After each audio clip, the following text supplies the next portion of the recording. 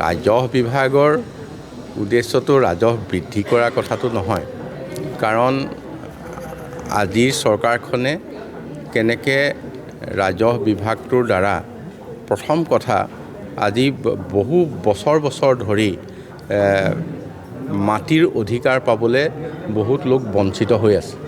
গতিকে তেখেতসকলক বসুন্ধৰা 1, বসুন্ধৰা 2, এতিয়া বসুন্ধৰা 3 দ্বাৰা সেইসকল লোকক মাটিৰ অধিকাৰ দিবলৈ, তেওঁলোকক স্থায়ীভাৱে পট্টা দিবলৈ আমাৰ মূল প্ৰয়াসটোৱে হৈছে এতিয়া আজিৰ দিনটোত সেইখিনি। তাৰ উপৰিও গোটেই ৰাজ্যখনত যিখিনি ঠাই এতিয়ালৈকে ছাৰ্ভে হোৱা নাই, স্বাধীনতাৰ পিছত ইমান দিনলৈকে সেইখিনি মাটি ছাৰ্ভে কৰিব লাগিব।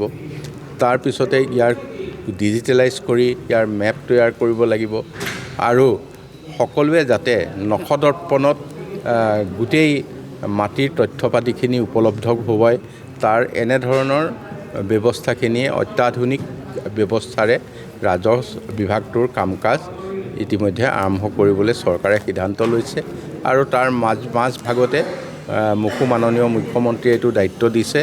গতিকে এই গুৰুত্বপূৰ্ণ দায়িত্বটো মই পালন কৰি যাবলৈ প্ৰস্তুত।